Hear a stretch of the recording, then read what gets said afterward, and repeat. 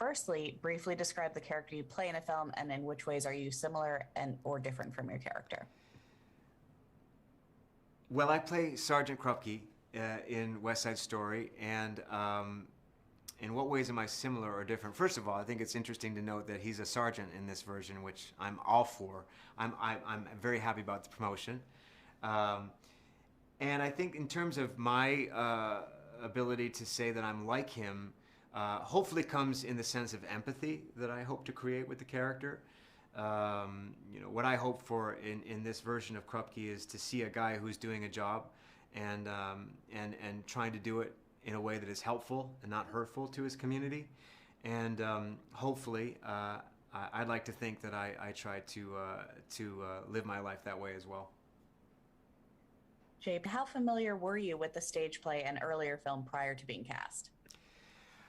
I was familiar more with the movie than the actual stage play. I'd only seen the stage play once as a kid in a community theater production. And so that's my only theatrical point of reference. The film was something that I had referenced and experienced more often. And of course, finding out that I was going to be a part of this version, I immediately rewatched it again.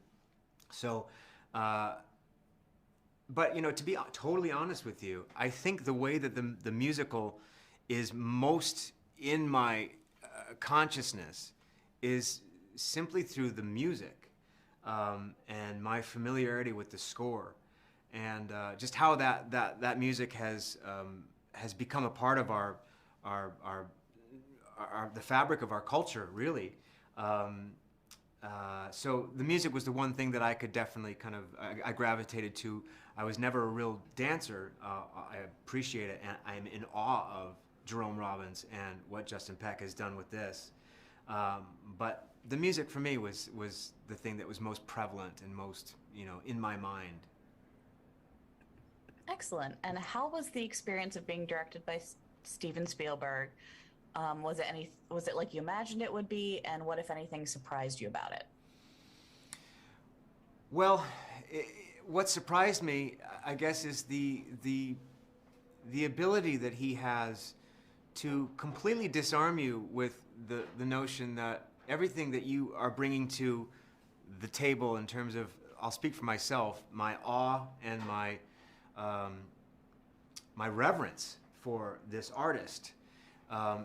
And when you're in that mode, it can often be something that prevents you from doing your best work because you're stuck in this kind of gawky phase of like, I can't believe this is happening. And I think to Steven Spielberg's credit, he is so capable of cutting through that immediately with the fact, purely by the fact that he is such a open-hearted, warm, and collegial person that you realize, oh, yeah, I got a job to do, and we're going to do it together. He makes you feel like you should be there. And I think that is a great quality of leadership. It's a great part of his success, I think, in creating communities that are going to be there and want to do their best job. So I shouldn't be surprised by that.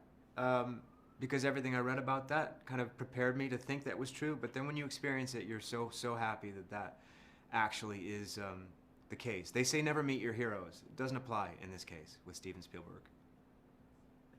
What makes the film relevant for today's audiences? Well, the relevance, I think, starts with the idea of love and wanting to see love survive and to succeed and to find a way to flourish. That is something that is never going to go out of fashion, and that is something that we as human beings are always going to want to see happen.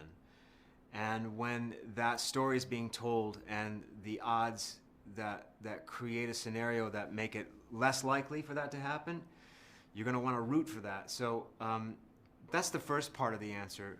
The second part, obviously, we're living in a time now where we're so divided politically and also by the way we can, oftentimes keep each other at bay because of the color of one's skin or how someone talks or what they look like. All these superficial things that have nothing to do with community and just being together.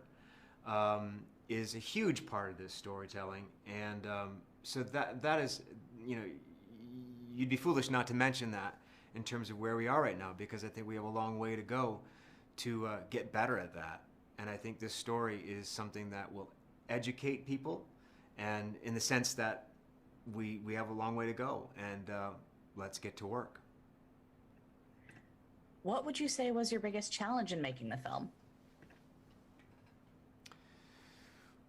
I think my biggest challenge was for me personally was trying to find a way that Krupke could be function as the comic foil that he is intended to be, and hit those beats and serve that purpose, but also be someone that can't be just dismissed as a cartoon, or someone that's just not the butt of a joke.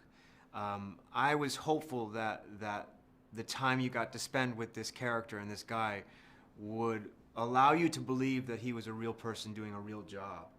And so I think that Steven and Tony have created the perfect combination of those two things, so that you get both of them. And to me, that's what really made me smile and feel really proud that they allowed me to do that. I'm so proud to be in this movie. What do you hope audiences take away from the experience of seeing the film? Well, when you go see a movie or any film or any play or musical, you want to be moved. You want to leave feeling something that you didn't feel when you walked in. And I think that's what's going to happen with this film, because it really stirs your soul. It really does the thing that you want it to do. This is the reason why we go listen to stories. We want to be moved. We want to feel things in ways we didn't feel prior to hearing whatever story it is that you're kind of walking into. So that's what I want to happen, and that's what I know will happen when people see this. The second part of that answer is that I want people to understand that this type of storytelling through music and dance and the spoken word is an extraordinary way of experiencing a story. And so for anyone who's never seen a musical, this is going to be a great introduction to how beautiful and uplifting and momentous and stirring it can be to experience that when it's done really well.